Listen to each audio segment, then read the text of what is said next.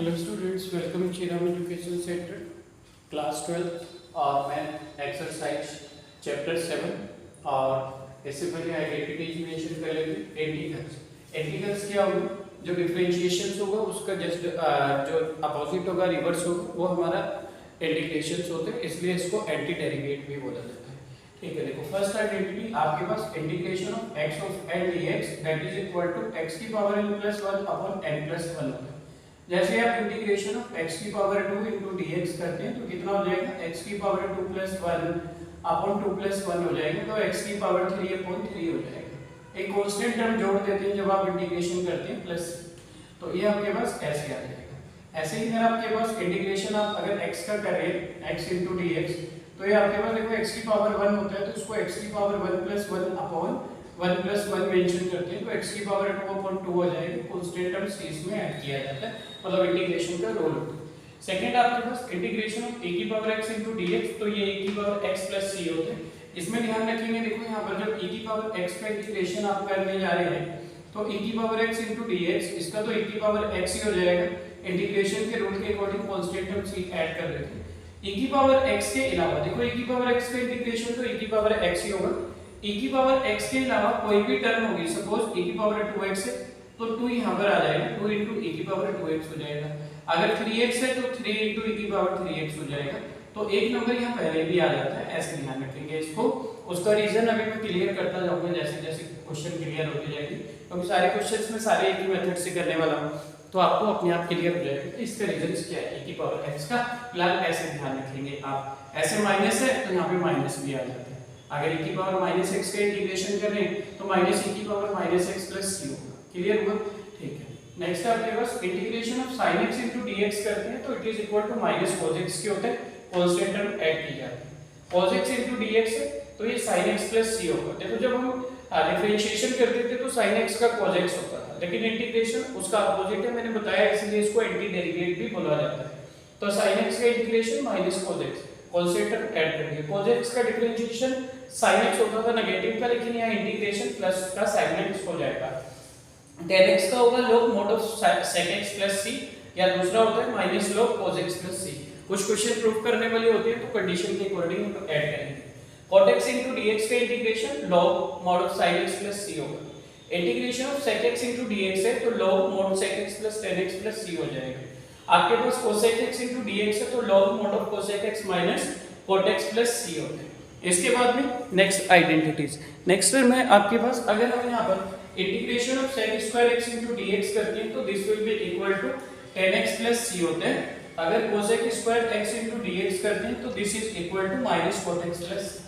अगर आपके पास sec x into tan x का इंटीग्रेशन करते हैं dx है तो sec x into tan x का इंटीग्रेशन होता है sec x और कांस्टेंट टर्म c ऐड की जाती है। Integration of cosec x into cot x है तो ये minus cosec x plus c होगा।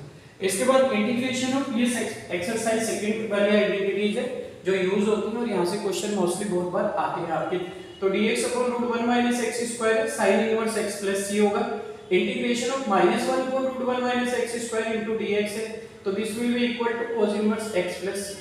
अगर integration of dx upon 1 plus x square है तो this is equal to tan inverse x plus c। और integration of minus 1 upon 1 plus x square into dx है तो this is equal to cot inverse x और constant term c आप इसमें add करेंगे। अगर dx अब 1 upon x root x square minus 1 into dx है तो this is equal to sec inverse x होता है, कांस्टेंट टर्म c ऐड किया जाता है। अगर minus 1 upon x root x square minus 1 into dx है तो this will be equal to cosec inverse x plus c। Take a screenshot of these identities. इन identities का एक बार स्क्रीनशॉट लेंगे, फिर हम चलते हैं, स्टार्ट करते हैं एक्सरसाइज आपका 7.1।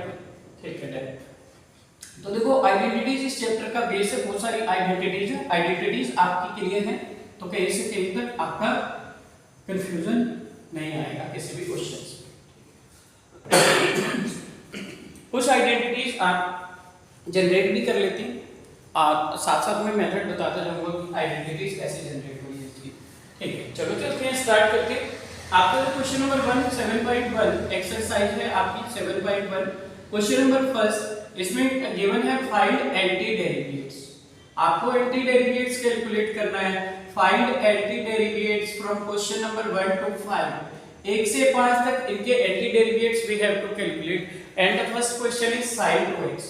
तो लेट देखो I के इक्वल एज्यूम कर लेते हैं इसको sin 2x, क्लियर हो गया, into dx कर दिया मैंने। अब क्या करते हैं, रूल नंबर 1, देखो ध्यान से देखें कि सारे क्वेश्चंस एक ही रूल से करने हमने। ये 2x, let 2x is equal to t, मैंने 2x को t माना। पहला स्टेप क्या होगा, हम किसी भी टर्म को पहले ऑब्जर्व करते हैं, किस रूल के अकॉर्डिंग करते हैं वो आपको धीरे धीरे क्वेश्चंस करते जाएंगे तो क्लियर होता जाएगा। मैंने 2x इक्वल t लिया तो 2 इनटू पहले इसका डिफरेंशिएशन करेंगे, x का हो जाएगा यहाँ पर dx और इज इक्वल टू dt।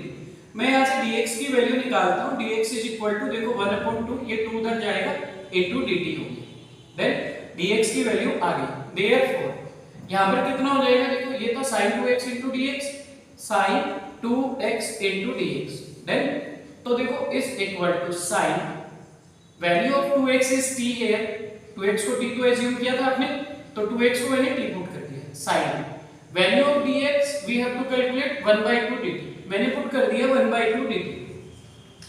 देखो 1/2 कांस्टेंट टर्म है तो बाहर ले आते हैं इंटीग्रेशन के साइन से, कितना बचा sin t into dt।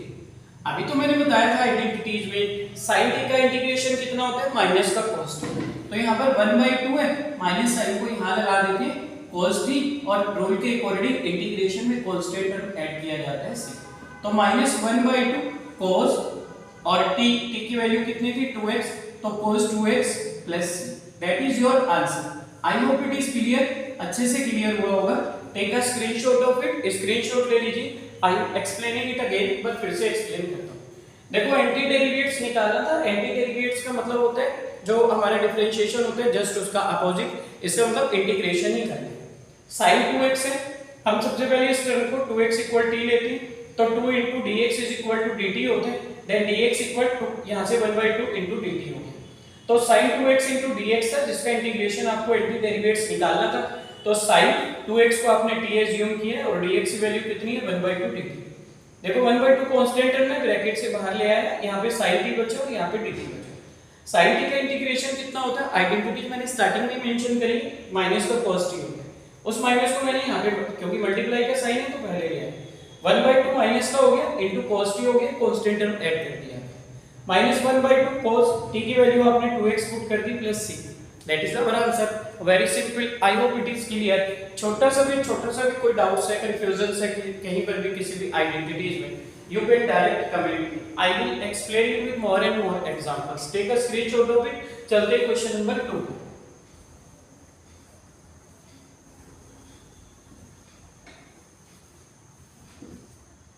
Question number 2, second question है आपके पास 7.1 का क्वेश्चन नंबर 2।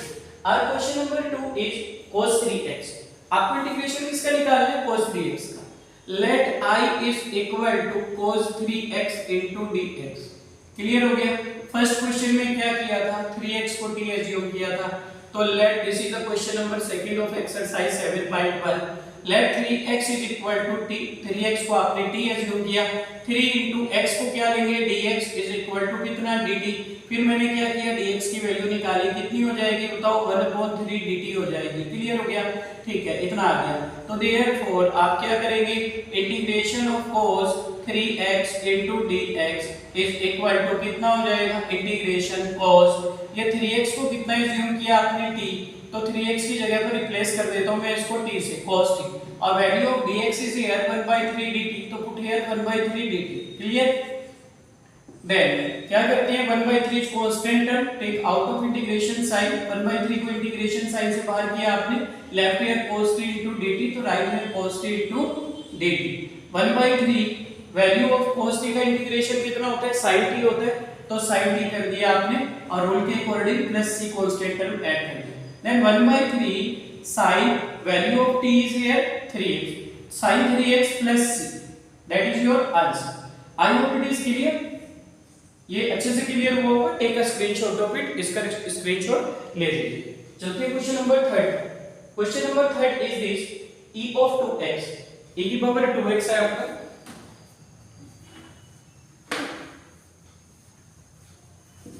अब question number 3 e of 2x। Let question number 3 I is equal to e of 2x into dx।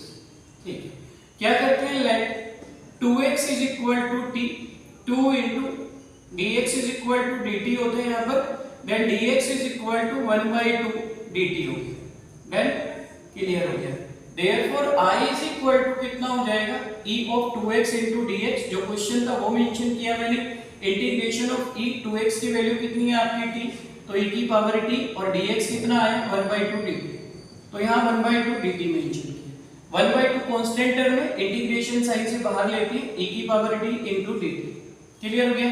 ठीक है, 1/2 अब आपको बताया था मैंने e की पावर x का, तो e की पावर x होता है e की पावर t प्लस, तो 1/2 e और t की वैल्यू कितनी आ जाएगा 2x, तो यहाँ पे 2x और plus, that is your answer.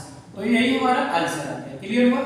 I hope all this questions and identities clear हुई होंगी। If you have related doubts comment कीजिए उसमें, ठीक है, कमेंट कर सकते हैं आप। तो आई will explain this with more and more examples. Thanks for watching.